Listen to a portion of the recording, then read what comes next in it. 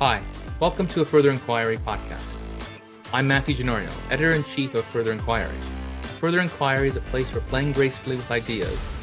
We are a reader-supported publication for free inquiry, brazen critique, and dissenting ideas. Hi, and I'm Khadija Khan, a journalist and editor at A Further Inquiry. Matthew and I jointly host this podcast monthly. You can support our work by becoming a paid subscriber to A Further Inquiry today. Well, hello everybody. Today we have the esteemed pleasure, to say the least, to be joined with Aaron Peat, a counselor within his community here in Canada, an Indigenous community, and also a host and creator of the Bigger Than Me podcast. Aaron, how the heck are you? I'm doing well. Thank you so much for having me. Well, it's a pleasure. It's a pleasure. I think to get things started, one thing I want to ask you, and I think it comes out in your work, is I was reading your article. One of my favorites so far for the Hub is holding accountable chiefs, really in the sense of holding anyone accountable. Doesn't matter what your status is. If a wrong is being done or being perpetuated, it has to be called out. And I think what are some misconceptions, I guess you'd say, the Canadian population has when it comes to either current issues, not just historic ones, but current issues, current problems with Indigenous communities across Canada. And of course, they're going to differ between across Canada, coast to coast. But what are the misconceptions? I guess my question would be. I think to start is often First Nation communities are kind of treated as their own organizations, where I would say that the most apt comparison is likely a municipality. The challenge is that First Nation communities are also responsible for negotiating with the provincial and federal governments, which is, of course, not the responsibility of any municipality. And then on top of that, we're responsible for further social services than a municipality would be. So for my community, we have 89 homes. We are responsible for the maintenance, repair, and quality of those homes. And we're basically the landlord for many of the people who live on our reserve, which is a completely different role than a municipality would ever want to play with their members. And then we're also the Ministry of Social Development. If you have something comparable in your province, we're also responsible for people moving out of addictions. We have all of the responsibilities, I would say, of the provincial and municipal government in one area. So that's why you see more money within First Nation communities. And I do think that that's one of the confusions that many people have, is they see money being put into First Nation communities, but we don't have a tax base to pull on. Most municipalities pull money from their community through tax revenue and are able to use that to invest in the communities. We don't have that. We are almost solely reliant on federal or provincial funds. Now, many communities want to get away from this and work towards economic development where they have diversified streams of income, because for a very, very long time, we did not have any real funding for new housing or for housing repairs.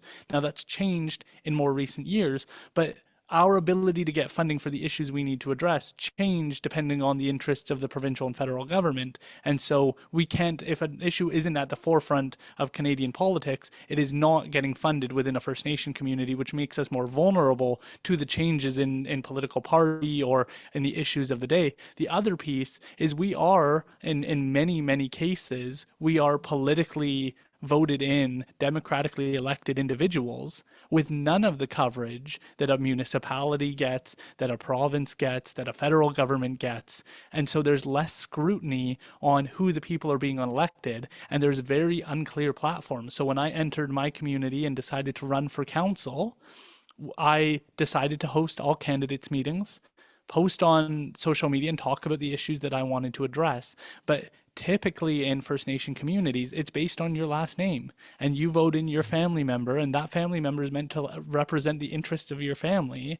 And so you have this process that is not based on the issues or addressing housing crisis, water crisis, improving the quality of life, increasing economic development. It's purely based on, well, this person's my family member and they live next door to me, and so I'm going to vote them in because I see them every day and I can chat with them. But that creates a system in which people are motivated by their own family's interests rather than the betterment of the community, and that it's very unclear whether or not progress is being made because you're not holding them accountable to the promises they made from the outset. Now, I know people are going to say, well, we're supposed to see stuff like this in the provincial and federal government, and people don't always follow through on their promises. But it's much easier to hold people accountable in a municipality if they don't fix the roads, if they're not doing the cleanup and the landscaping and making sure you have clean water. Like those are the day-to-day issues many of our members want addressed and aren't being addressed because we don't have a process that kind of filters through and makes sure the best candidates running on a real platform are elected. Absolutely. Couldn't have said that better myself. Absolutely.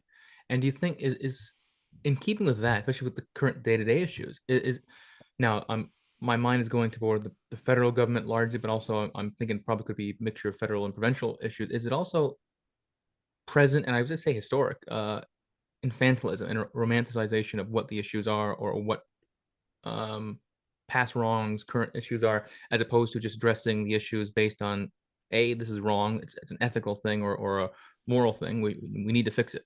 Case in point with clean water and reservations. You know, it seems the case, especially with the federal government now or historically, they are much more happier to give a word of I'm sorry or this was wrong, we apologize, than to actually materialize something and actually do something actively with funding or with a program, with actually do something. All of these topics are really complicated. I do think that we have a huge movement of people saying more and doing less. I Mm-hmm. think we see that in universities from my perspective. I think we see that at certain Oh, levels of government, greatly where so, we're yeah. hearing more and more land acknowledgements and email signatures with land acknowledgements and stuff. And like that really, like the argument was always if we make that commonplace, then maybe we can make some progress on the title and rights issues and having land returned. Well, I can tell you, I'm in negotiations with various levels of government. Those land acknowledgements really do nothing for the progress, and too often, from my own personal perspective, they just become statements people say in university. I had professors reading them. I'd like Oh to yeah. hereby say I'm on the unceded ancestral, and they don't care and they have no idea what they're talking about. What I'd Right. rather people do with land acknowledgements is learn about the mountains, streams, Mhm. wildlife, ecosystems that have existed there so that they can preserve them when there's opportunities for development. We have in the region I live in, we have a river where people have a little island that they could potentially build on. It goes underwater sometimes, so they want to build it up and they want to build more agriculture on that. Well, I think that's a bad idea. I'd like the river to stay a running river into the future, and that's just my preference because it's been that way for thousands and thousands of years. And so those are the issues I'd like people to care more about is learn about the natural native species to the region and what's invasive. Learn Yeah. about the mountain, the place names, go hiking, connect with nature. Don't focus on memorizing 7 different nations and being able to recite that ad nauseum. But the other piece I think that's important to understand is I do think we've made a lot of progress since some of these things have come about. I'm receiving historic funds to address a lot of the long-standing issues, including housing. I've been able to get 22 homes fully repaired when I went in them. I felt sick. I saw mold. I saw disrepair. 40-year-old homes that have never received a dollar of funding to improve them or address the circumstances. We're now at about 37 homes that are on that track, and I should be able to get more than halfway there to fix a lot of these homes. And that's not possible without the investments made by the federal government. And so I do think that there's a space to acknowledge that things have gone too far in kind of the rhetoric, but the Mhm. actions I'm personally impressed by the investment because it's allowing me to help my community members rise out of poverty. That's brilliant, and I'm glad to I, hear I've that. been I've been listening to your talk, and it's been like it's fascinating to know that how things work like on in different countries, but how similar they can be. I was just talking to Matthew about the situation you are going to discuss with us. I read your article, very fascinating, brilliant article, and the concerns you raised, they were excellent. And of course, you are young, energetic, you are a politician, you are very much invested in all these issues. So the difference that I see, like I want to say that we have similar issues here in other part of the world, like in Western countries, we have minorities. They are more or less living the same, life, and they are facing the same similar issues. We see that they are they are being cut off from the mainstream society. They are no more, related to the mainstream society. They are living in a different world with different values, with different cultures.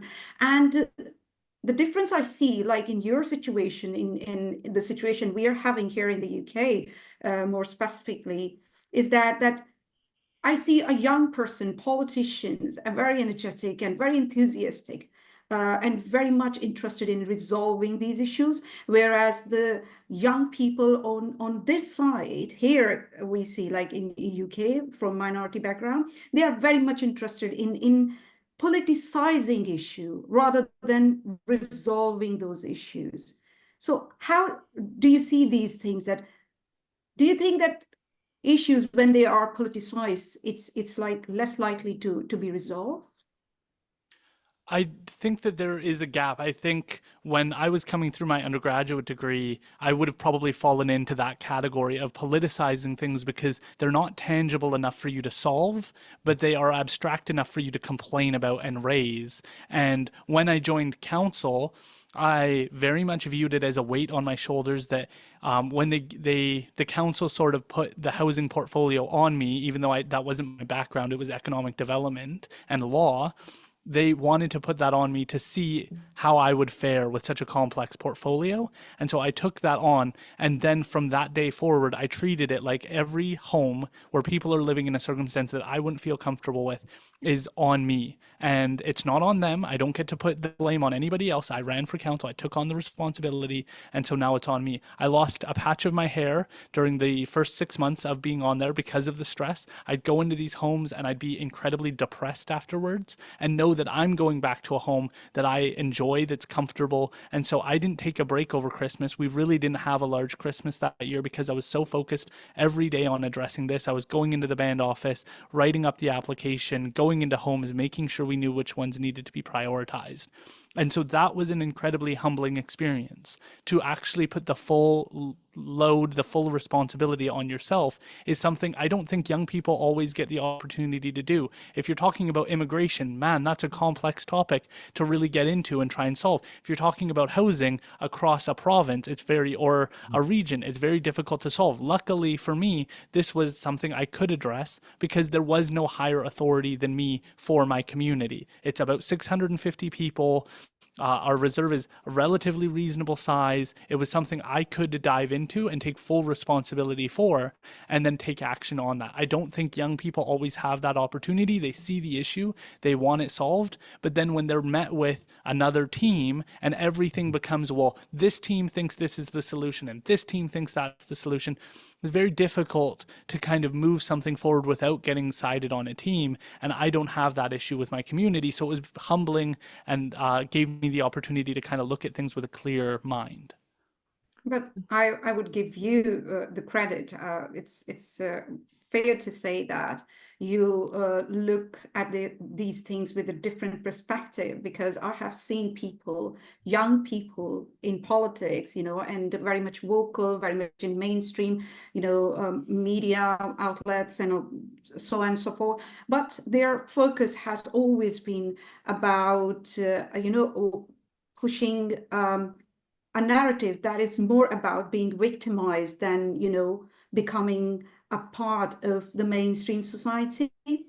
From your talk, I really don't hear these kind of things. You are talking about issues that people are actually facing. You're not talking about assumptions. You're not talking about like perceptions of how people see different things and how they just feel themselves victimized. So I find it really interesting. And I do hope that we one day we have this kind of enthusiasm here in other part of the Western countries. I couldn't agree more. Yeah, that's a Yeah. brilliant point. That's a brilliant point. No, and that's actually a point I think comes through in your work, Aaron, which I to say I value it and appreciate it doesn't quite hit the mark. Is you get out of what I think is that so large in the Canadian discourse regarding Indigenous issues is which it could be a top down. I'm not sure, just from my own understanding of it, is the portrayal of the victimization. You go beyond that. Said, yeah, there are things that we need to talk about, tangible issues. We need to talk about. We need funding. We need to fix these real issues. And I think what you're doing is brilliant. Like you're going to the heart of the issues. And you know what? I was saying to Kajiji, and I've been saying to friends of mine to follow you. And I said, I'm excited to what's 5 years, 10 years is going to bring, what Aaron Pete's going to do, because I think you have this energy already, and you have a stern, stoic, goal-oriented mindset on these issues with the heart and the mindset behind it. So I think like what you're doing is brilliant. I think there would be value in more people sort of figuring out what their life mandate is. Mm-hmm. And I think there's different people you can go to. Like my early influences, I didn't grow up with a father. I've never met him. My mom has fetal alcohol syndrome disorder. She raised me since a child, but she was not able to give me a lot of the kind of tangible facts about the world. She was very loving and supportive, but I had to go find that. And I was very directionless when I was 18, 19, 20 years old. And it was through finding people like Jordan Peterson, Jocko Willink, David Goggins, who were saying, like, you can be more than you are, Mm-hmm. and you shouldn't play the victim card. You should take on responsibility and push yourself until you're carrying so much weight you don't know if you can bear it anymore, and then see where that leads you. And that's when I decided to run for council and say, I'm Brilliant. going to put all the weight on my own shoulders and see where this leads me, and hopefully it helps me develop. But I mean, I'm guilty of being an arrogant 20-year-old thinking that I know what the solutions to the world's problems are without having any real world interactions with the problems themselves. And I would say the tragedy of many of our systems Mm-hmm. is, like, I'm very interested in the leader of the official opposition in Canada. He's saying a lot of Mm. interesting things, Rightly so, yes. but man, this person does not have a background of solving complex issues. He doesn't have a background of doing hard labor. And I do worry that we are moving towards individuals who do not have the track record we would have found admirable, who've worked 9 to 5 jobs, grinded, doing stone bricks and landscaping work where they've really tested themselves and they've really understood what it means to be a middle class, lower class person, Damn and right. have the sympathy. They're saying the right things. I'm very hopeful, but I do worry that a lot of our politicians don't have the backgrounds that reflect general society, and then are therefore unable to understand and recognize the issues and how to make life more comfortable and affordable for the people they're meant to represent. I couldn't have said that any better, Aaron, Aaron. That speaks to my heart on yes. that one, on the issues regarding here. 100%. I think, regardless what side of the aisle politically you're on in Canada, I think the one issue that perpetually bothers me, and I think it filters down into every other issue, whether it's Indigenous, whether it's broader scope of Canada, is no politician, especially on the federal level, where it really matters, talks about anything to do with the nation, their view of the country. They talk about programs, incentives. We're going to scrap this. We're going to bring this into play. That's what you do with the government in general. What's your view, though? That's the whole point. That's the whole point of left and right. It's the whole point of a government. So yeah, I mean, your concerns are my concerns. These are very much. Are we getting to a point now, or are we already in this point where it's just words of appeasement, words that sound comforting and good and that appealing, but are the actions going to really materialize in such a way where you're actually going to understand it from a working class background? I mean, I can relate. I come from a working class I background, yeah, so I can relate to I your story. can I can also relate to this story really, because what I see is that politicians, they are mostly interested in infantilizing, minorities, instead of just treating them as they treat the rest of the society. Just try to create a separate sort of environment where the political correctness is the thing that they use to deal with those society. It's never been like on equal footing, and I see I see it as a soft bigotry of low expectations. Really, that people from minority backgrounds or ethnic minority backgrounds, they are seen as if they are not capable of becoming a part of the mainstream society. So what they do is try to create reservations and then concessions and try to make them feel comfortable in the bubble that they are living in, instead of bringing policies and apply it across the board. For them, it's like try to create concessions for all the minorities. just assuming that they wouldn't be able to, cope, and we have to just somehow treat them separately.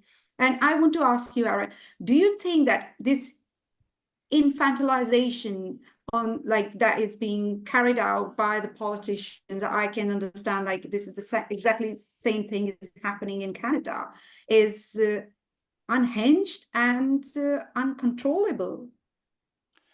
I imagine that the issues, particularly with Indigenous communities in Canada, are somewhat different because we legally have reservations and we have a policy called the Indian Act that governs Indigenous people across Canada. And so we fall under somewhat different categories. How our reserve system works is that it's treated as federal land. And so when members of my community return to their community and have a parcel of land on a reserve, it's not governed by provincial law, including the Motor Vehicle Act. And so it can put communities in very different circumstances. We can't sell our parcels of land as fee simple parcels. We have been under processes that have taken children away from us. We've had the Indian Act, which has had long-standing issues. So I think it's more connected to an actual history than perhaps in other countries, where there's just this feeling that perhaps one minority group is being treated differently and then policies being implemented to address it. We've had investments because of Indian residential schools into these communities to address the historic harms that have come from that. So I think Canada's in somewhat of a unique circumstance because there's an actual history that's based on government programs that have taken place, and then there's repercussions and reinvestments into the communities based on those past government policies. Absolutely, well put there. I'm curious too, Aaron. Like, what do you think? What do you think of the current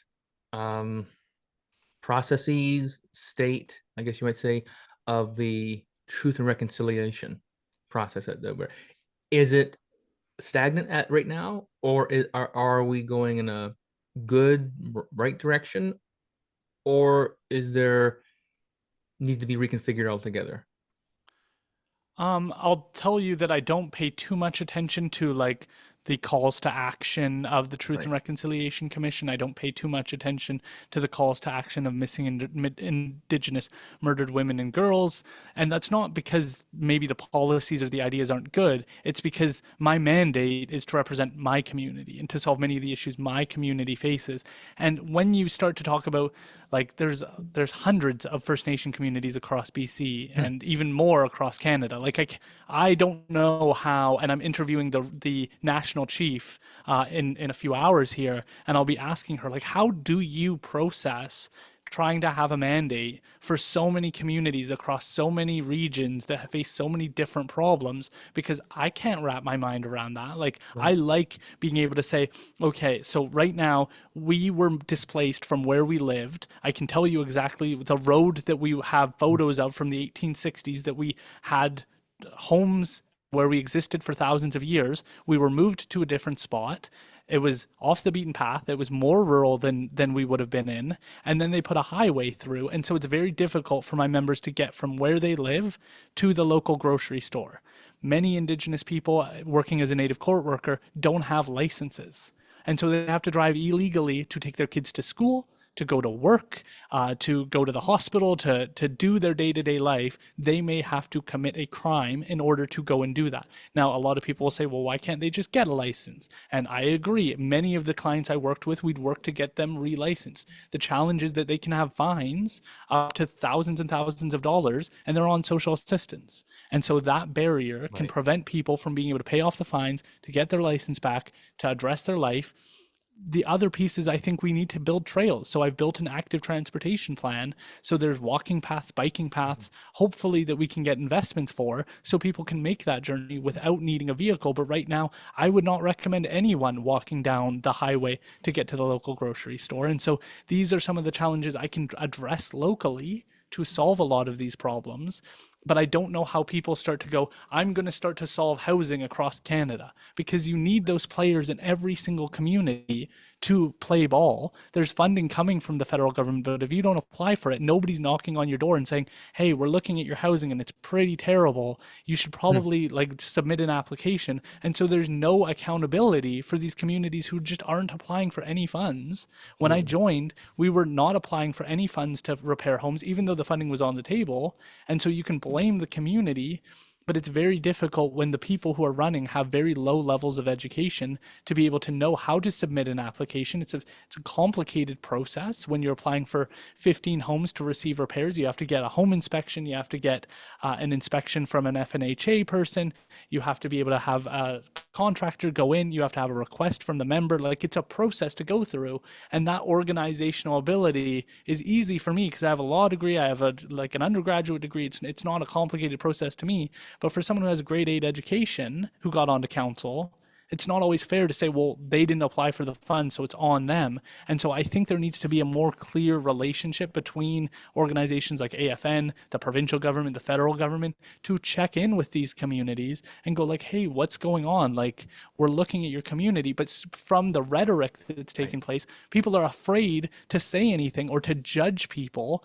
And I do think that First Nations are too eager to want self-determination when this is all on you today and you're not doing a good job and you Hmm. want even more authority. Like, That's a really good point. that's a very concerning argument to Yeah. me. It's like your child saying like, "Hey, I can like be at home alone," and you're like, "You're not ready for that yet." And if we do that and your members suffer and people die because they overdose, because their homes aren't kept up properly, because they freeze during the winter, like, that's still kind of on us. Like, you Mhm. can't divorce yourself from the responsibility that when people die, when you're an elected representative, that's on you. Like, you can influence these outcomes in a major way if you put yourself forward. And I do feel like we have like a crisis in leadership where people are not willing to look dead barrel in a Oh, camera and say like, I'm not 100%. doing a good job, or I failed you, Canada or BC or whatever country you're in, and like confess. And I think we desperately want that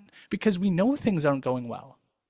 I You talk perfectly about said. like the leadership, the accountability should be like these leaders who are from your community, they should be held accountable for the deeds and the actions they take in terms of development, community development.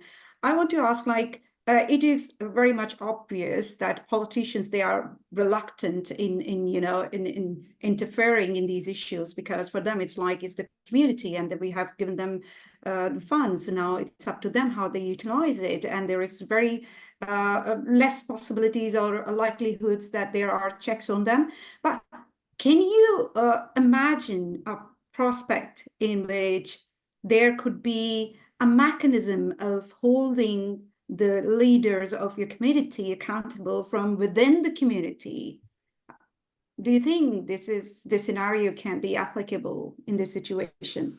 I mean, I think we're starting to see that. I think the challenge with that is like, again, you're hypothetically trying to elect the best of your community to sit on a council or to sit on a municipality or to represent your interests. And so ideally, those people are already sitting at those tables. The challenge is, I do think we need some form of journalism that's Oh, going yeah. into these communities and watching and observing and attending chief and council meetings, because it's really tough to know the right question to ask. If I tell you that I'm applying for $25 million to build a new health building, well, that sounds swell. Now you start to break down how much is that going to consultants, how much is actually being invested in the building itself, how big is the building going to be, how much community engagement did I do? Did I do a sufficient amount where the community is actually going to use the building and like the building? Like, those are all the pieces that a community member might not know to ask.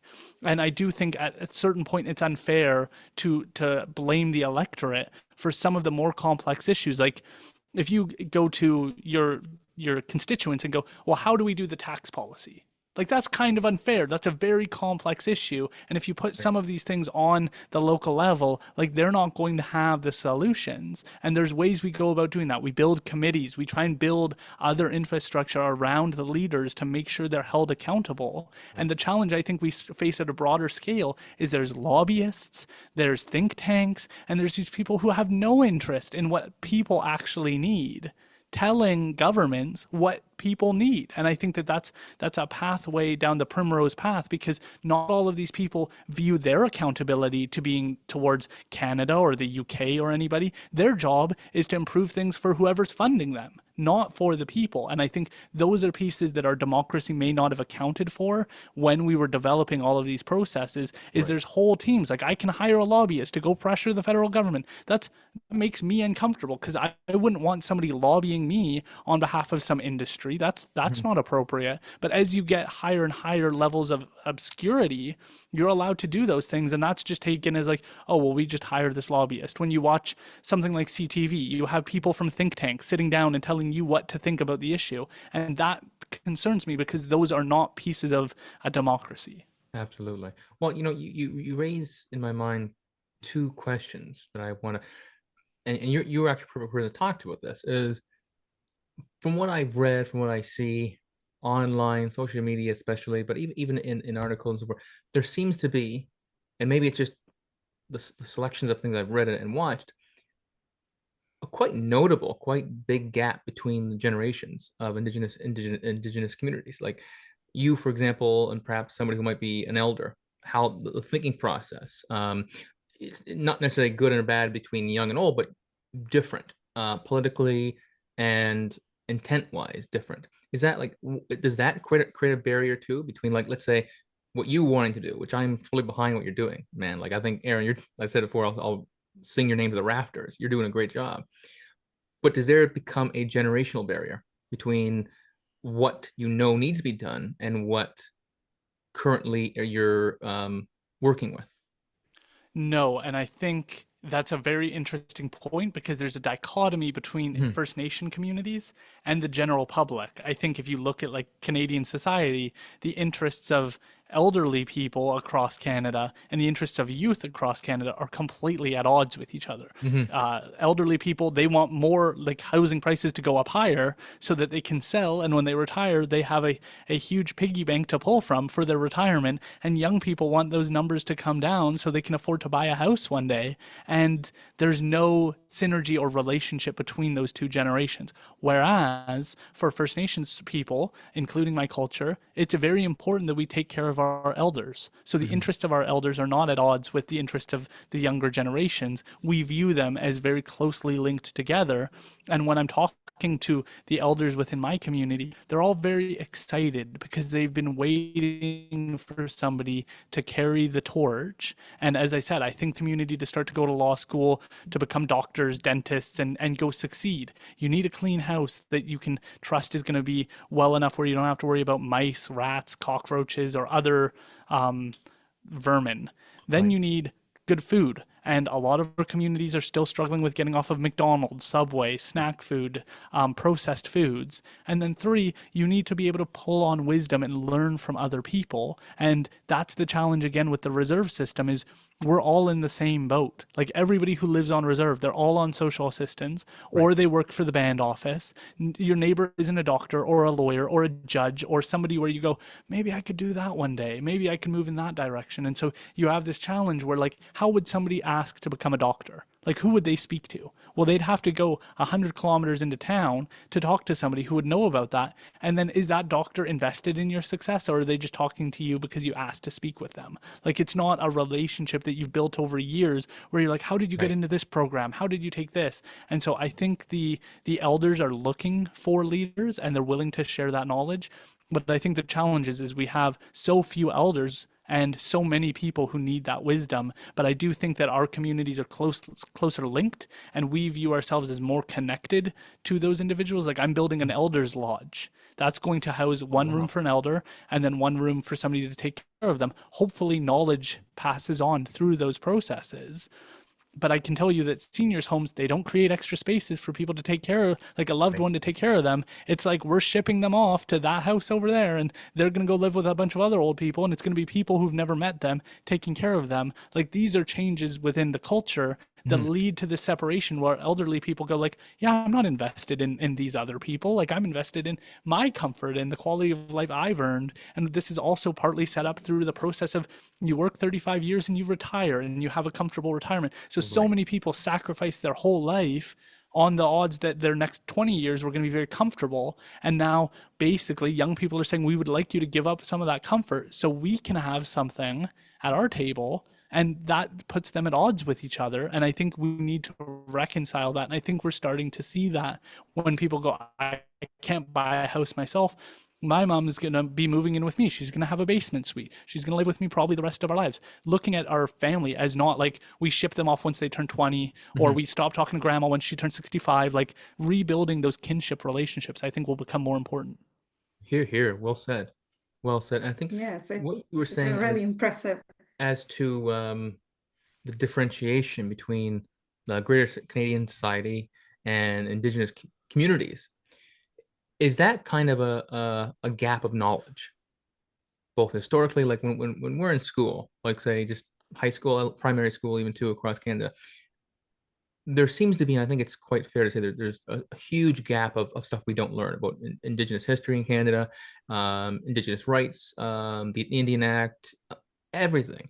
But even in the sense that how mainstream conversations, just everyday people talk about um, Indigenous communities or Indigenous community across Canada as if it's one homogenous thing, forgetting the fact that BC alone has the largest, correct me if I'm wrong, Aaron, the largest number of Indigenous bands across Canada, the largest amount and oldest treaties.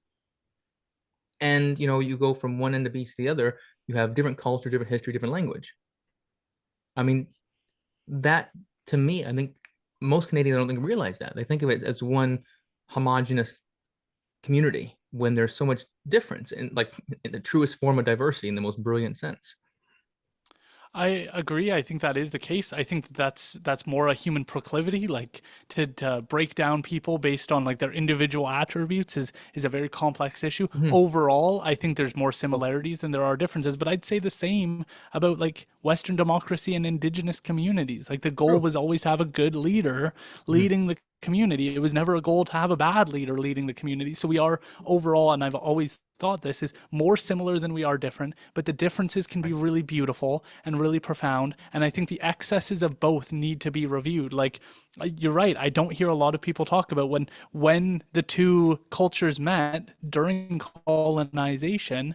Indigenous people went, hey, we have arranged marriages. Maybe that's not a good idea. Yeah. These people seem a lot happier and we'd enjoy that more. The reason we have Métis people is because French people and First Nations women were like, hey, we kind of like getting along with you and we would be interested in continuing that and developing our own culture that shares our unique attributes. And the other piece is Indigenous people used to have slaves. If you Right. never had something like bankruptcy, if you like owed somebody money, it would pass on to your children and your grandchildren. And Mhm. again, Indigenous people went, hey, this bankruptcy thing's not a bad idea. That way, every young person gets a fresh start at life and can go and try and achieve their own things. And so there was learning that was taking place, but we so focus on the cultural differences or how things looked rather than saying, like, hey, where's the similarities? And then let's talk about those differences and see what we can learn from. Because I do think there's a lot of excesses right now of Western democracy, and it does feel like they're so starved because they have such like historic ideas that they're kind of ready to say like, okay, we obviously don't have all these issues figured out, and so we're willing to listen to others. And I think that that's like nobody's saying that outright, but I think that's the process of like, okay, maybe let's reconcile and let's figure out how we can learn from everybody. We say we're a multicultural Yeah. country. Let's figure out how to pull the best from every culture and make a really beautiful culture. Absolutely. Well, I one think thing that always comes to this, mind. Oh, go ahead, Khadija. yeah, it's immigration has been a part of human history since the beginning. I mean, we see people, they move from one place to another place. The stronger they conquer the weaker nations, and this is a human process, I would say, historically, if we look at it. But I feel like if we look back at the history, we see that nations, they would assimilate more quickly than we see it happening in modern times. Anglo-Saxon, they came to the UK, and now you see that it's become a part of British culture. I mean, people, they don't mind it if they are discussing Anglo-Saxon history and then the French history, who ruled Britain for centuries. I mean, so we see that assimilation, that integration that happened. Definitely, it must have taken time, in the past, but it happened. But in modern times, people resist, whether they are minority groups or the majority groups or the native, people. They resist. The interaction between people is not as strong as it's supposed to be, and the learning process can only be continued in if people are interacting with each other, coming together, and yes, finding similarities. That would be the goal, but it could only happen when people would uh, interact with each other, try to stop looking at each other as if they are the superior people, they monopolize the wisdom or everything, and the rest of the country or the society is not good enough to be to be considered as an countryman or ally. I agree with you. I do think in some ways our political discussions are getting like more ridiculous because at one point in time we agreed if you were going to move to Canada, you had to hold Canadian values.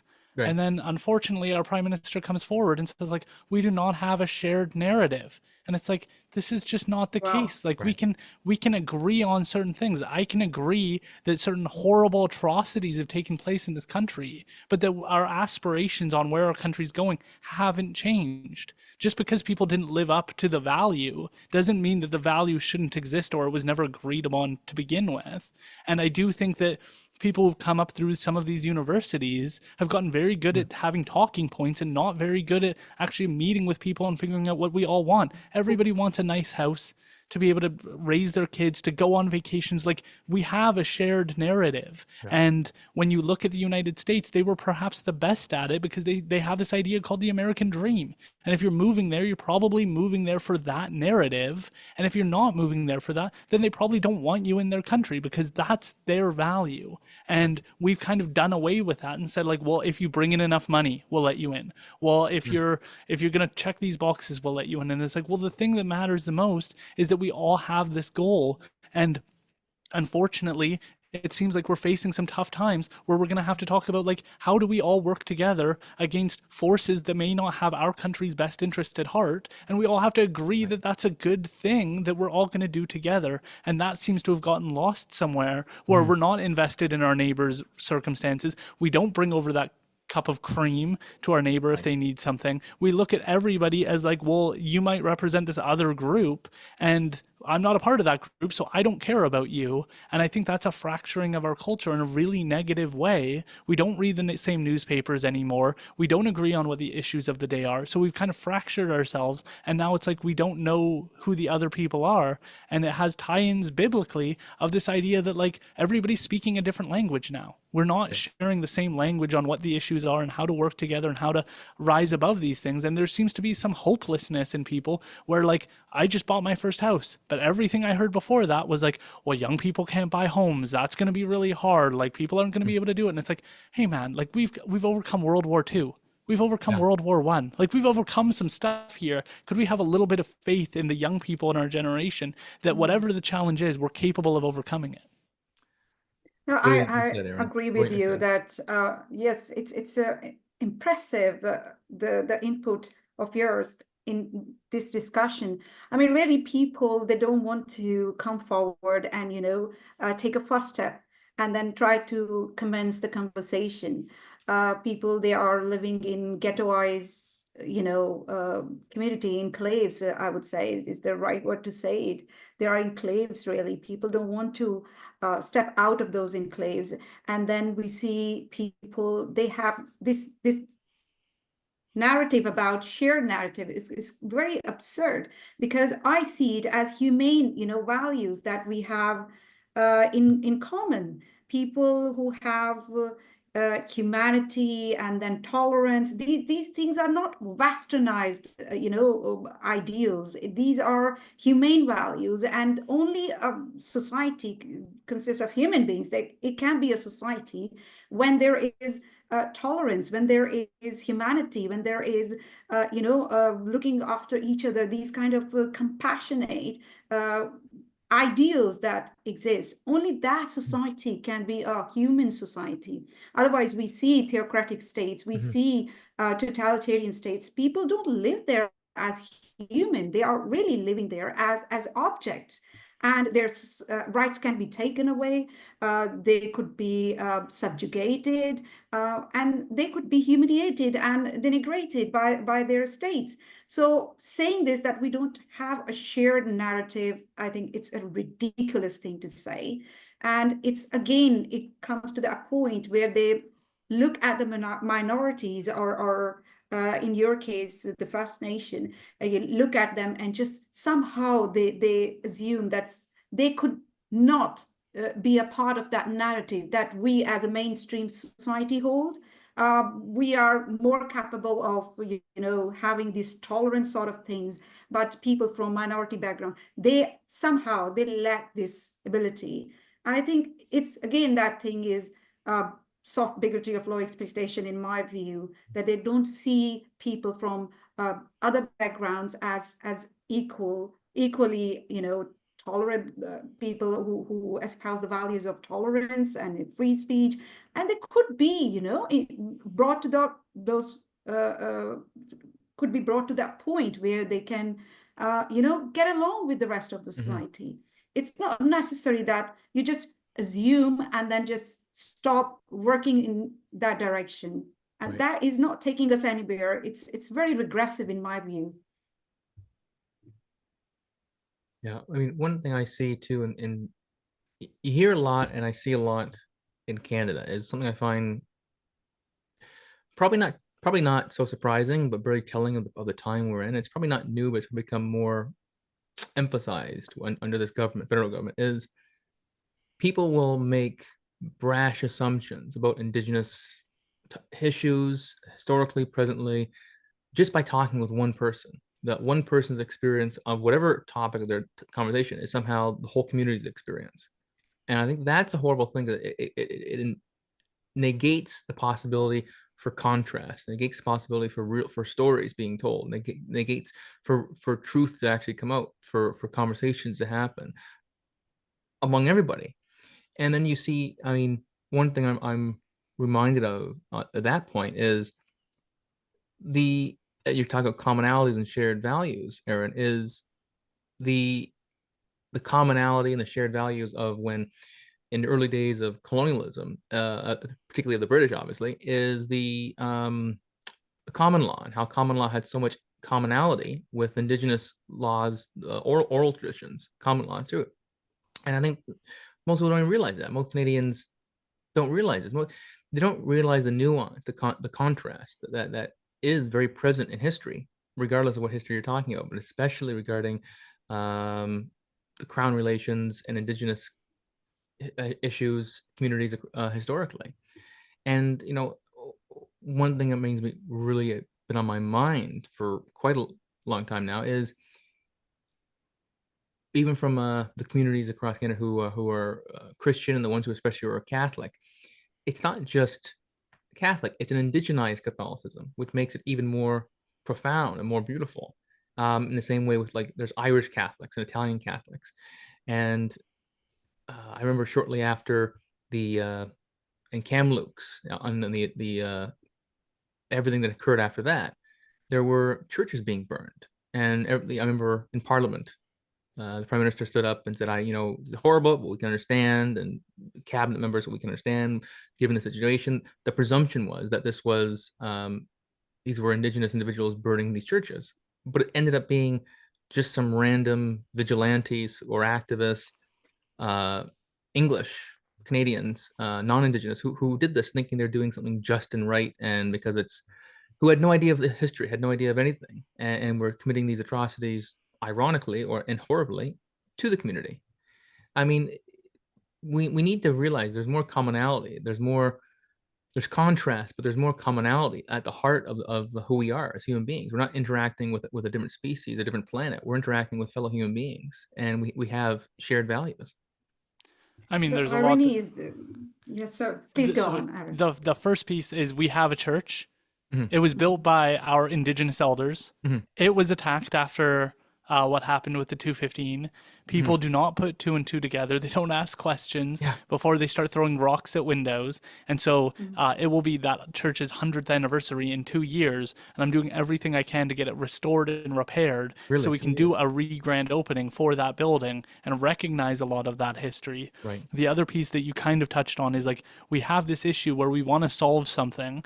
And I think the best example I can think of, I kind of mentioned it in one of my articles, was this issue of like we want to solve the housing issue or we want to solve justice. I don't know if you know the justice stats for Indigenous people, but they're horrible. We're overrepresented by like 30% of Indigenous men are incarcerated in federal institutions. It's over 50% for women that are Indigenous that are incarcerated. And then you get this great panel together, BC First Nations Justice Council. They're going to solve this thing. And they don't talk about housing. Right. They don't talk about education rates. They don't talk about resources in community. They don't talk about social services. They don't talk about food resources. They don't talk about any of those pieces. They just hone in on justice center, justice buildings, justice room, justice, and more Indigenous lawyers, and it's like if somebody's in court, as I've experienced, you're already catching them pretty late in the game. You need to do preventative measures. You need to start to support them so they don't go down that path to begin with. And I have been working my butt off to find more funding to put my youth in from my community in hockey, soccer, and there's like no grants just to get young people signed up for sports. There's nowhere I can find. Wow. Again, I have 100 youth that are ready to sign up for all these programs, and I have to find own source revenue in order to pay for those programs, which we know help. Yeah. And then, but the BC Justice Center and all Aaron, those services you don't talk about sound that.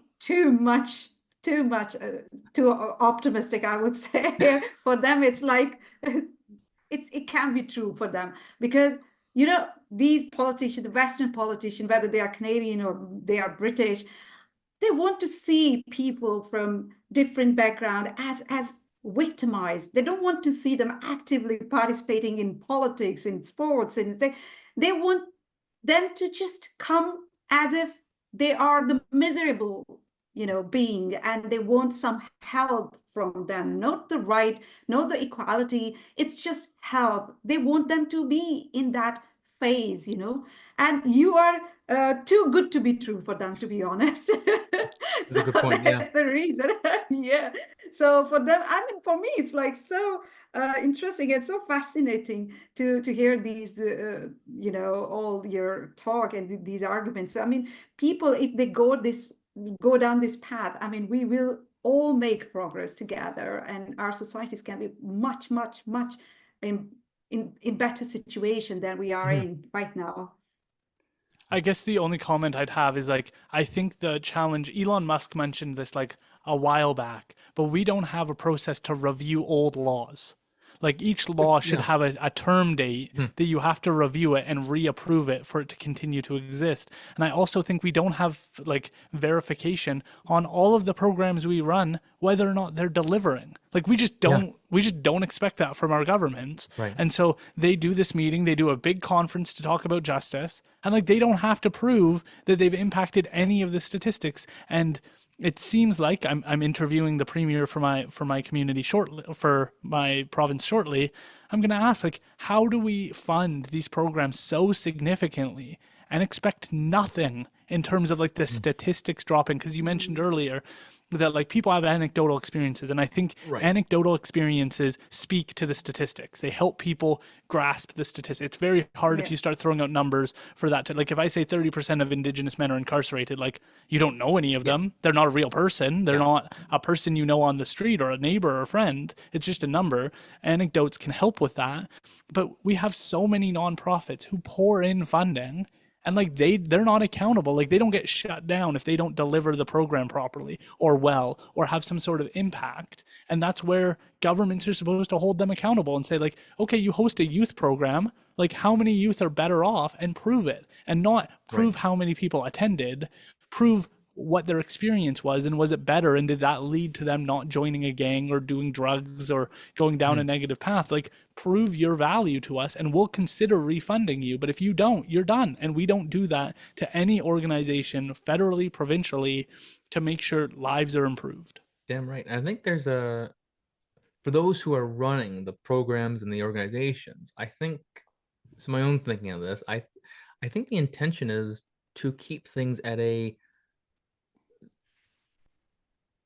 subprime level, let's say.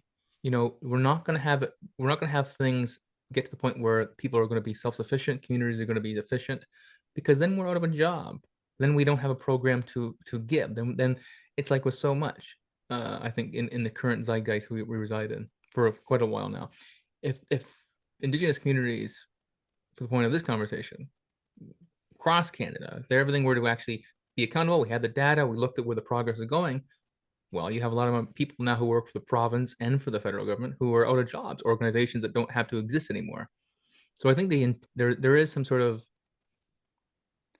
maybe not malicious, but there is some sort of intent to keep those employed, to keep the problems kind of not fully solved and not fully resolved. And I think that's actually happening for me, from what over the years. I think that's an issue too. Is I don't think there's actual intent to really solve these issues. I think there's an intent to keep them going at a subprime level. What I would say is, like, I think you're right. I think the problem is we don't put in with government clear incentives and like disincentives to prevent and to encourage. To your point, like the process that we have to go through is like, okay, like we might solve this justice issue. So where are we sending those employees when they fix that problem? Do they get to go into another portfolio and solve that problem too? Do we give them raises? What doors are open? What opportunities are created? Right now, we have like an oligarchy where, like, if you do a mediocre job, unfortunately, our housing minister right now went from the immigration file in Canada over to the housing portfolio. And it's not clear he did a terrific job on immigration. And then he moves over portfolios, and like nobody goes like I know that the official opposition is like, well, hey, he didn't do a great job. But it's like, that's not really like preventing him from getting the job. And like, at least he should have to come forward and explain what happened without using talking points. And like, that's the only tragedy I see within our system, is like, we're really okay with people giving talking points. I interviewed Vashi Cabellos and I was like, hey, how do we solve this issue? Like, people are just sitting down in your program, you ask them a tough question and they go, well, we're doing everything we can to support people in their growth and development. And it's like, that's unacceptable. Like, cut their mic. They're not allowed to do that. They answer to us, the people, and we need more accountability. And I think she does a good job, but I think she needs even more freedom to be like, this is unacceptable. Like, you're an elected representative. You're supposed to represent your people. Like, why are you doing this? You should have no talking points. You should be speaking earnestly. And like, a lot of this is just like, well, this is how we've always done it. And it's like, well, that's not working anymore. We're at mission critical. It's time for us to change these processes so that people are held accountable and we get people in here that are going to fix these problems, because like, all of them are solvable. All of these issues, like, if you sit down and you meet with some experts, like, you could figure out a plan to address them. And it's like, we fixed the ozone layer. Like, we're capable of great things as a country, as a society, and we're just like losing hope that like a housing crisis, well, like, all we need to do is build more homes. Like, that's the solution. Reduce immigration so it's manageable. Build more homes. Like, it's not like, oh, we need a 5-year plan to figure out this problem, and like, I don't know what we're gonna do. It's like, this is a very solvable issue. It's like, how many buildings exist? But this can only happen when people just focus on the issues. That's the only way you can resolve the issues. when you start, as I said earlier, when you start politicizing issues and, you bring political correctness in, and then you start appeasing certain part of the communities, and then you start rewarding certain part of the communities, and then you start ignoring certain part of the society and try to manipulate the whole system, then this is where the problems kicks in my opinion. And as you talk about the issues, you're trying to, your whole focus, as it appears to be, on resolving the issues. It's not about like how people feel about it. It's about how people are going to just cope with these things, and how I can make things better for them. I think this is the right approach. If we apply it in all cases, then we can resolve at least 90%, our issues that we face as a society. I feel like here in minority, when we talk about minority groups, they are similar issues they are facing here. There are issues of employment, there are issues of housing, there are issues of education, there are problems, but the spokesperson and the leadership of those community, and self-appointed leadership, it's not like in your case.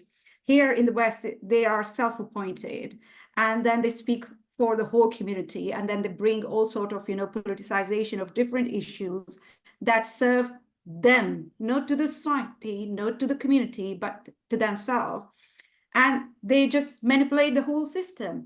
And I feel like this is the responsibility of the politicians, that we entrusted with power and the authority by our votes, to look into these matters and try to resolve the issues that common ordinary people are facing, instead of listening to these self-appointed people and just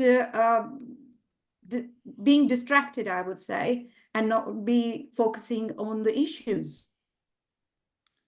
I agree. I think there's a huge challenge with people actually feeling like they have that accountability to those individuals. But like I always, and this is just, I know it's somewhat naive and people will disagree, but I think that's the voters are the only people to blame. And that's the only way this whole democracy thing works, is if the people who vote them in ultimately hold them 100% accountable for delivering on those things. Like a politician, for the most part, will do whatever people want them to do if it means they get more votes. And so that should be an incentive for them to say, okay, we want electoral reform. Man, we voted Justin Trudeau in 2015 on the idea he was going to change our election process, and he never delivered on that. Well, we don't talk about that every day. We kind of let that fade away, and we kind of go, well, he was going to do that thing, and we kind of moved on from it. He said the budgets would balance themselves. That hasn't happened. And we're like, we kind of just go, okay, well, that's annoying. But like, I think it's guilty of like voters for saying things like, well, like, it's only one vote. Oh, well, like, politicians are frauds. Oh, well, politicians are in it for themselves. And we kind of just, like, give them outs. And then the more we say that, the more they go, well, people don't really care. Like, they're not actually going to do anything if I don't deliver on that. Like, yeah, it might be a news headline for a day, but we're going to move on from that. Like, that's us. That's the people kind of going, like, meh. Like, I'm just going to, and I get people are busy, but, like, if you're going to complain about the issue, you have to get invested in solving that. And there's lots and lots and lots of different ways to do that and hold these people accountable, because they actually do want to be voted back in. But I do think like so many voters, A, don't vote and then complain, and B, vote and then don't pay attention until the next election.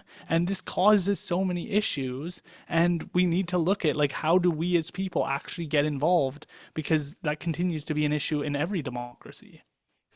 Perfectly said, man. Perfectly said. But you just talk about how you are trying to make it sure that youth in your part of the country is very much interested in constructive, things, sports, education.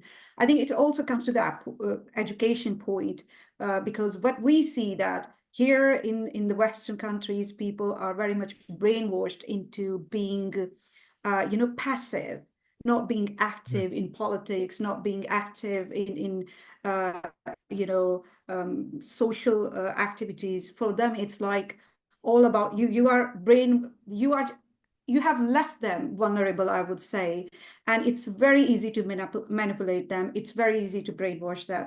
Just a video on the social media can just make everything happen, in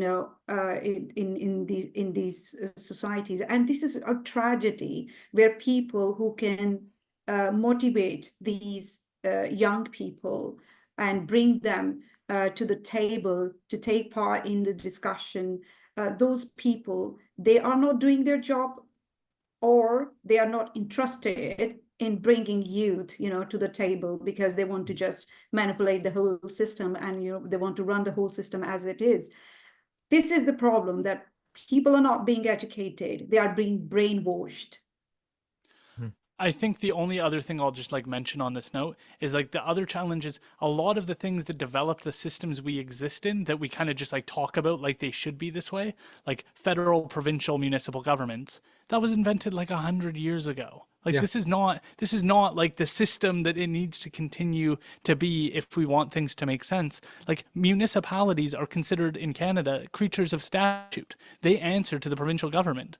Well, when we started this whole thing called Canada, there weren't millions and millions of people. And so maybe if we look at giving more power to the local authorities like First Nation communities, we'd see higher caliber politicians that do a better job of holding the provincial and federal governments accountable for what their responsibilities are. But right now, like municipalities are holden to the provincial government, and now the federal government's trying to get more involved with them, but they need more autonomy. So we care more about those municipal politicians who are actually the people you're going to meet. But like the odds you're going to meet the premier or the prime minister of your country, like that's very low. And so how does that person owe you an obligation when like the odds you're ever going to interact with them is like 0%? We need to find ways to return the power locally so that those voices matter, because it's very hard to ask like a young person to care about like immigration policies at the federal level, or like what our military plans are. Like these are just like not interacting with their concerns of the day for the most part.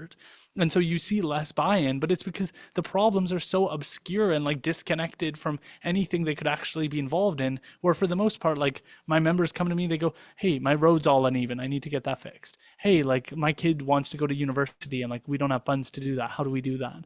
Oh, like my house is like falling apart in the first floor, like how do I, like these are like the real day-to-day. And then I go back and I talk to the provincial or federal government and go, hey, we need to invest in these things, like how can you help us?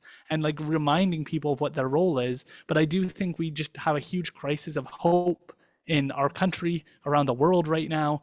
Like I feel like I'm the only politician that regularly interacts with different levels of government that's like, we need to move, like let's go, let's do this. And they're like, wow, like you have life, you're not a dead person, Yeah. you haven't given up on this whole thing. And it's like, yeah, because I have obligations to people. Like, do you Yes. forget that? Like this is... I would like to add one thing, that there is a problem that the Western world is like facing, I would say. It's about interpretation of history. I mean, as an ordinary person, as a commoner, I would look at the history and I would try to learn what happened in the history. I don't want to, carry the baggage of history with me all my life and try to look at myself through the perspective of my ancestor who suffered a lot under a British rule, that continued for 1,000 years. So I want to learn and then I want to move on. I don't want to take it with me. And this is where the problem I see here in the Western countries, that people, they are much worried about the history rather than the present and future. For them, it's like, let's go back and correct the history. That was not happened correctly, so let's make it at least look better. Decolonize the whole education. We don't want to have white, writers. We don't want to learn about them because people who are from ethnic minority background, they will be offended to see so many, white writers when they are getting education from a university. So for me, it's like you are going back and then you don't want to come out of that past. You want to stay there. What do you think? How can we just reconcile with this notion of historically being wronged and then being better in present and future? That is a terrific question. I think one of the challenges is that like history is written by the victors. And so we have this real challenge that like a lot of our history is like misunderstood or not the full picture. It's as accurate as like an ad on TV. Like you're not getting the full picture if you just say like we fought World War II and won and like that was a good thing. Like it was a very complicated issue Mm-hmm. at the time and people were making decisions throughout the process that had an impact on how bad things could have gotten and did get. And like we don't learn about that. Like I just had like listened to a great interview with Dave Smith where he was really exploring like there were off ramps from World War II and the Holocaust, but we never talk about those. There were opportunities for us to stop what we were doing, and we didn't want to proceed. And Churchill had talked about how like this was a preventable war, but we went forward. But now all we learn about World War II is that we won and that was the right thing, and we defeated the bad guy, and now there's a better peace in the world. But we don't really dive into these things. I mean, Trutch is a guy within our region, and he downsized the reserves by 90% in some cases, which really impacted the land base we have. And like a lot of people don't learn about him. And he wasn't a good guy. But the history is far more complicated. But to your point, I think people get lost there. And I think they go, well, that was wrong, and that was wrong, and that was wrong. And it's like, well, are we doing everything perfectly today? And I had Nigel Bagar on, who's a person out in the UK who talks about colonization and the process and the pros and the cons. And you're not allowed to talk about pros when you talk about colonization. But like, hey, I have a phone here, and that wouldn't have been possible if like Canada wasn't colonized. I have a car, I have a vehicle, a nice house, I have air conditioning. Like all of these things didn't exist pre-contact. And so I'm pretty happy about all of that. So how do we reconcile these things Mm-hmm. and then move forward and make sure everybody has the opportunities? And I think embracing the past and learning from it, but learning the figures and understanding that everyone had baggage. You're not going to find a leader like John A. Macdonald's, like long begrudged by a lot of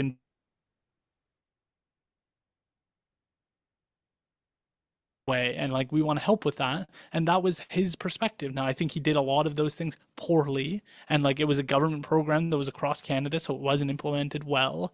But you have to understand that, and then you can kind of put to peace that you can do better. But you have to understand every person you look at history is both a hero and a villain, and they're a subject of their time. And you have to embrace that, and you have to take what you learned, and you have to bring the hope forward when you're making future decisions so you don't repeat some of those mistakes. And I think one of the mistakes our federal government's making right now is like we think big federal programs are going to fix so many things, and like that's a mistake. We've tried that before because they can't personalize to each community's diverse experience. That's an error. You have to put that power in the local governments so they can decide how to best expend that money for their region.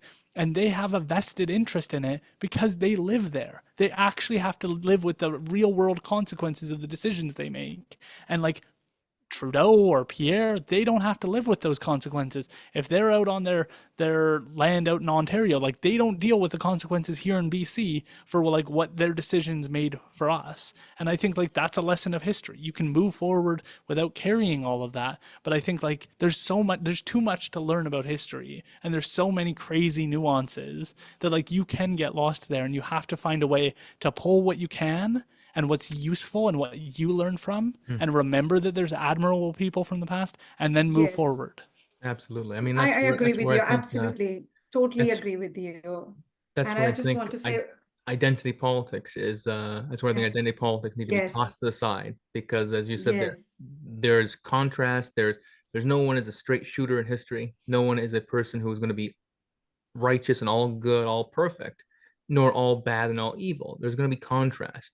The people who are mm, beloved are also people who are in the same context or in a different context, the same person who did a lot of fucked up shit, to be frank. I mean, it doesn't yes, matter where in the world you're talking that's about. true. I mean, that's why um, when I see a lot, primarily, I mean, it's not just youth, but I guess those who have middle age, indigenous, who call, and actually, I think it's more media sized, is dismantle. I don't hear that and through the ears of, oh, this is coming from the indigenous communities across Canada. I look at that as a very politicized thing, something that's largely politicized. It doesn't to me, if someone's not, I don't think that resonates. The idea of tearing it down. Well, then you're talking about tearing down everything, going back as you say, pre-contact, like you're going back, no glasses, no technology, like tearing, what are we talking about? I mean, when I hear people talking about that anywhere, my first thing is, okay, I'll play this game for a moment mentally. I'll think, let's conceptually tear this thing down. What are you building in its place? What do you want to do? And it's a very interesting thing. And you're right. You have to decipher, to garner a grain of truth historically. It takes effort. It takes doing the research. It takes actually going to communities, listening to the conversation, and as you say, rightly so, historically and presently, those policymakers, whether you're in a position of a prime minister, official opposition, whether you're somebody who's the prime minister of Canada, Justin Trudeau, whomever, you're not the one faced with the realities of your decisions. You have to know that these decisions have real world consequences as well as real world benefits. And you have to understand how they are going to be experienced and how they're going to be met with by members of these communities. I concur with you on this point that they need to understand what are the issues that minorities or other groups are facing in the society. Like, it doesn't bother me reading Shakespeare. I mean, it's not my issue, really. I don't want you to remove it from the curriculum just to please me. I'm not being pleased. I have no problem with that. And there are many people from minority backgrounds. They would say they don't have any problem. What is this ridiculous notion of decolonization of education? I mean, I studied I was educated in Pakistan, and there I studied mostly about Pakistani writers, Pakistani, philosophers, and those people who were the part of the history, Pakistan, the land of, they belong to that land. And then there were foreign writers also, but this thing never came across, to me, that I want to just add some more foreign writers into my, education system to just make it more diverse. It was a process of learning that we also do it here. Now, here I have attended a British university. I mean, I feel like it doesn't bother me. It's not my problem. Why are you making it one? And I think that's where they are mistaken, that their assumptions just to make us feel comfortable is entirely, I would say, off the mark. It's not what they're supposed to be focusing on. Can I just ask both of you a question? And Sure. it's a thought I've had, Sure. and I'm thinking about writing an article on it. But it would be good to get some feedback on it first. Is I feel like one of the errors we're making is we're moving towards this concept of like minorities as the term rather than the working lower class, the middle class, and like the elite people in our society. And the person who's gotten me thinking about this is Dave Smith. And because one of the things I like that he said is that like we used to know that the upper class owed an obligation to the middle and lower class. We used to just like acknowledge that. And it's not to disparage people who are in poverty. Like I grew up in poverty. It's not like an insult. I knew that we didn't have a lot of food in the fridge. I knew that we were like living paycheck to paycheck like that. That doesn't hurt my feelings that that was the case. But like we owe these people an obligation. And like when I listen, I don't know if either of you have heard of the rapper Tom McDonald, but like he sings about a lot of songs and talks about a lot of issues of like a white person in the exact same circumstance as me, that he had the same challenges of living in poverty, growing up in poverty, not having like strong role models and wanting to rise out of that. And he's like, but there's no sympathy for me because I'm a white person, and like you have to be a person of like a marginalized background in order to get the sympathy. So I think like a return to just talking about like the working lower class, the middle class, and the upper class, and reminding people of their roles and their responsibilities and giving them that ladder again. Because like growing up, I kind of knew that maybe getting an education would help, maybe getting a good job, talking to the right people would open doors. But like we don't give people who are struggling in poverty like a clear ladder of like, how do you make six figures? Like, what's the process? And like, we've pulled back from talking about pay and how that works and what you deserve and how to argue for yourself and how to do a good interview. We pulled back from that. And so like, to me, we're almost like forcing people to stay in poverty if we don't say like, hey, if you go to A, B, C, and D, you're likely to make over six figures and live a very comfortable life. Like just objectively speaking, that's statistically likely for you if you do these things. and then that encourages people to take the steps in their life they need to. But I feel like we need to return to this class conversation rather than a conversation on like marginalized people, because like indigenous people will fit into the like the lower class of people who need those supports and those resources, and then we can have a conversation about what programs work and don't. But when we kind of divide it by like indigenous people get this community gets that, then it's like we're not really proving which one works. We just need to figure out the policy that works, put it across the spectrum, allow people to access it, whether it's funding for educational programs or assistance subsidies so that they can get jobs with like Fortune 500 companies, like something to open those doors for them so they clearly have an opportunity to address their socioeconomic conditions. Well, Aaron, I'm right on board with you. We're akin with how we think on this one. I think it is. It's a not only jargonistic term, but it's a way to really distract oneself and distract the people from the real situation. It's a means of really detaching the situation, the problems from the people who are faced with them. Someone who is indigenous and non-indigenous who have the same are in the same income bracket, working class, whatever, or upper class at the same way, have more in common based on that than someone who happens to be upper class and rich, and versus someone who's middle class and indigenous. There's no commonality. We get two people who are of the same income bracket, of the same working class mentality. Let's say there's so much commonality there, and that's the same. I think the same truth is applicable even in the U.S. when it comes to the situations in Black communities across America. You get somebody who's white, upper class, and liberal, let's say, in the American sphere of influence, and then who might be middle class, working class, conservative. There's no contrast here. But you get two people who are both middle class, white, black in the U.S. Color, ethnicity has no commonality, but the commonality is the fact that they understand each other, the working class mindset, and I think that's also a means of real or genuine empowerment when people shed themselves of utilizing this current lingo, this minority, and appeasing governments and policymakers who employ this language and these policies. People start to realize, hey, my neighbor, my friend, my person who lives in my community, or the person who lives down the street from me, yeah, we don't look the same necessarily. We have most of our interests, most of our commonalities, work wise, family wise, politics, policy wise. We share a lot in common. I think that's a means of greater empowerment, not just for oneself, but also for the community, anyone's community at large. Well said. I would like to add this one thing that I'm from Pakistan. Pakistan was a part of India before partition, and caste system in India is quite notorious to this day. People were divided and have been divided into, caste, and there are hierarchies after hierarchies.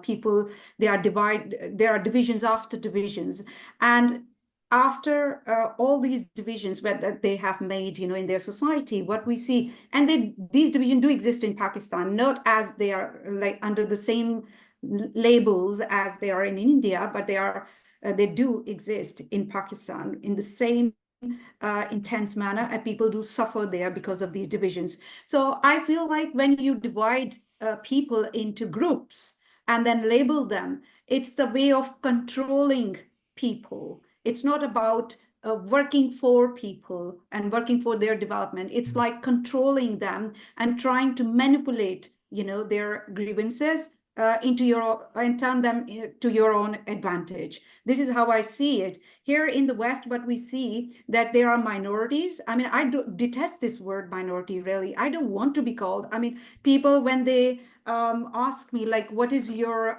background? And I was like, okay, what do you mean by that? It's like, what is your ethnic background? Why are you asking it? Because they want to put me in a box. Sorry, it's just my charging is low. Here we go. So they want, okay, here we go. So they want to put me in a box, and then they want to treat me accordingly.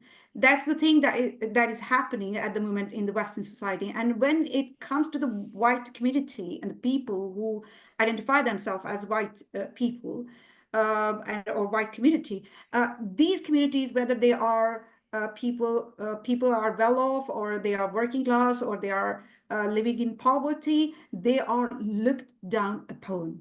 This is the reality. Mhm. Their concerns are brushed under the carpet.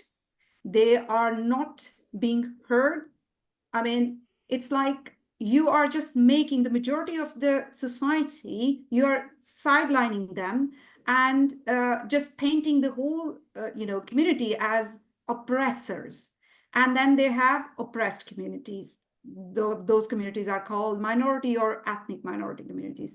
So I think this is again the division of the society, which is very much which works as a tool to keep up this whole inequality and disparity in society, and it's not serving anyone in the society, because right now we are in a mess in the UK. There are riots going on, people are on the streets.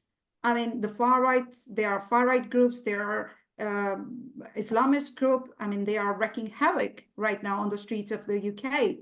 And there are people then on both sides, from ethnic minorities and then from the white communities, who have legitimate concerns, and all they want is to be heard. But somehow the notion that the whole white community is oppressor, so their concerns, their grievances, I think they have been sidelined, and they have been demonized in a manner that people who is having a concern, who are having a concern, they feel like they have been ignored and disregarded. And then there is a reaction, and then there is another reaction. And this is the mess. Right now we are in a mess. And these divisions, they lead us to the same situation we are in here in the UK. Absolutely. I think that's a good time to bring this conversation to a close. But Aaron, I want to ask you on final notes. What would you say to, in keeping with the conversation of everyday Canadians who aren't in these conversations on a day-to-day as we are, but who want to do good? I don't think any Canadian coast to coast has any malicious intent when it comes to not knowing or just being, perceiving or believing the wrong thing. What advice would you give? What statements? What hope, I guess you might say, would you say to Canadians who want to actually get more involved, want to actually understand the nuance, understand the real history, understand the present and ongoing concerns of Indigenous communities and in bands across Canada?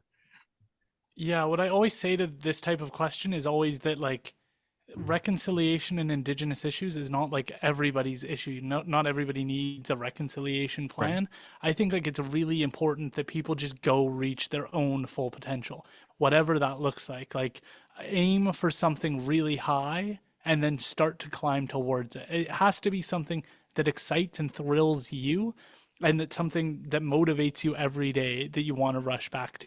I know that there's this whole movement of like side hustles and stuff, but like I genuinely host this podcast because I love learning from people, Mhm. and I enjoy sitting down with people and discussing issues I don't know much about, learning from other people and growing. And that's resulted in opportunities to speak with more and more influential people who have important roles in our society.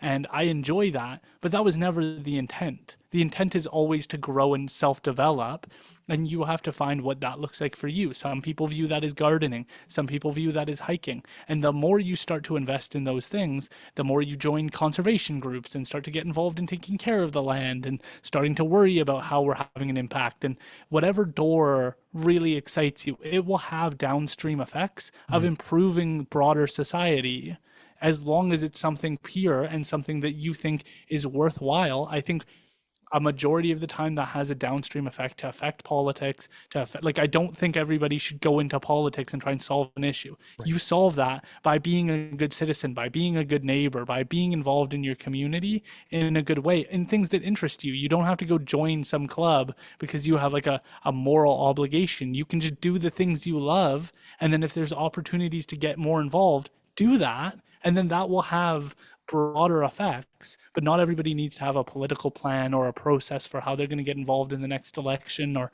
do any of these things. You can have that effect just by living your life to its fullest. I think that was the answer I was looking for. I really do. I think that was Yes, brilliant. It was kind of, I was kind of yes, hoping, can yes. I catch you a little off guard with this? Can I throw a little curveball? What's he going to say Oh, to this one? goodness That me. was exactly more or less what I wanted to hear from you. I knew you were going to say something like that. Aaron, Hit the nail I on the head.